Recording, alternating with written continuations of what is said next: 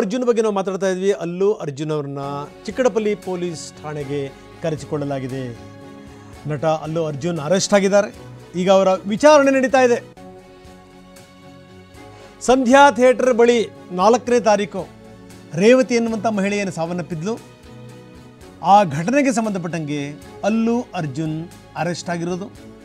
ಈಗ ಚಿಕ್ಕಡಪಲ್ಲಿ ಪೊಲೀಸ್ ಠಾಣೆಗೆ ಅಲ್ಲು ಅರ್ಜುನನ್ನು ಕರೆಸಿಕೊಳ್ಳಲಾಗಿದೆ. ಅವ್ರನ್ನ ಪೊಲೀಸರು ಬಂದು ಕರ್ಕೊಂಡು ಹೋಗಿದ್ದಾರೆ. ತೀವ್ರ ವಿಚಾರಣೆ ಮಾಡ್ತಾ ಇದ್ದಾರೆ. ಜಾಮೀನು ರಹಿತ ವಾರಂಟ್ ಕೇಸ್ ದಾಖಲಾಗಿದೆ ಇವರ ವಿರುದ್ಧ. ಈ ಪ್ರಕರಣದಲ್ಲಿ 5 ರಿಂದ 10 ವರ್ಷ ಶಿಕ್ಷೆ ಆಗಬಹುದು.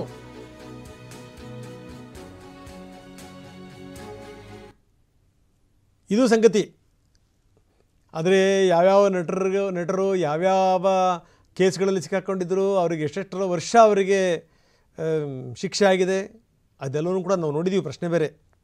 ಥಿಯೇಟರ್ ಬಳಿ ಯಾವ ರೀತಿ ಕಾಲು ತುಳಿತ ಆಗಿತ್ತು, ಆ ಕಾಲು ತುಳಿತದಲ್ಲಿ ಹೇಗೆ ಆ ಮಹಿಳೆ ಸಿಕ್ಕಾಕೊಂಡಿದ್ಲು, ಪೊಲೀಸರು ತೀವ್ರ ಪ್ರಯತ್ನವನ್ನು ಮಾಡಿದ್ರು.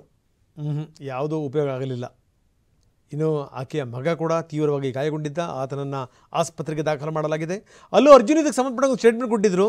ಇಲ್ಲ, ಆಕೆಯ ಮಗನ ಎಲ್ಲ ಚಿಕಿತ್ಸಾ ವೆಚ್ಚವನ್ನು ನಾವು ಭರಿಸ್ತೀವಿ, ಟ್ರೀಟ್ಮೆಂಟಿನ ಖರ್ಚು ಏನೇನಿದೆ ಅದೆಲ್ಲವನ್ನು ಕೂಡ ನಾವೇ ಭರಿಸ್ತೀವಿ ಅನ್ನುವಂಥ ಮಾತನ್ನು ಕೂಡ ಅಲ್ಲು ಅರ್ಜುನ್ ಹೇಳಿದರು.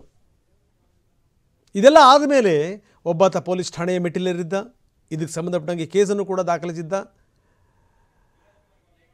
ಇದಕ್ಕೆ ಸಂಬಂಧಪಟ್ಟಂಗೆ ಅಲ್ಲು ಅರ್ಜುನ್ ಈಗ ಅರೆಸ್ಟ್ ಆಗಿರೋದು. ಚಿಕ್ಕಡಪಲ್ಲಿ ಠಾಣೆ ಪೊಲೀಸರು ಅಲ್ಲು ಅರ್ಜುನ್ನ ಅರೆಸ್ಟ್ ಮಾಡಿದ್ದಾರೆ. ವಿಚಾರಣೆಯನ್ನು ನಡೆಸ್ತಾ ಇದ್ದಾರೆ. ನೋಡಿ, ಅತ್ಯಂತ ಸೂಪರ್ ಹಿಟ್ ಸಿನಿಮಾ ಕೊಟ್ಟರು. ಕಡಿಮೆ ಅವಧಿನಲ್ಲಿ 1000 ಕೋಟಿ ಸಂಪಾದನೆ. ಆದರೆ ಜೀವ ಹೋಯ್ತಲ್ಲ, ಆ ಜೀವ ಬರಲಿಕ್ಕೆ ಸಾಧ್ಯನಾ? ಸೊ ಇದಕ್ಕೆ ಸಂಬಂಧಪಟ್ಟಂಗೆ ಏನು ಕೇಸ್ ದಾಖಲಾಗಿತ್ತು ಅದನ್ನು ಪೊಲೀಸರು ಭಾಳ ತೀವ್ರವಾಗಿ ಪರಿಗಣಿಸಿದರು.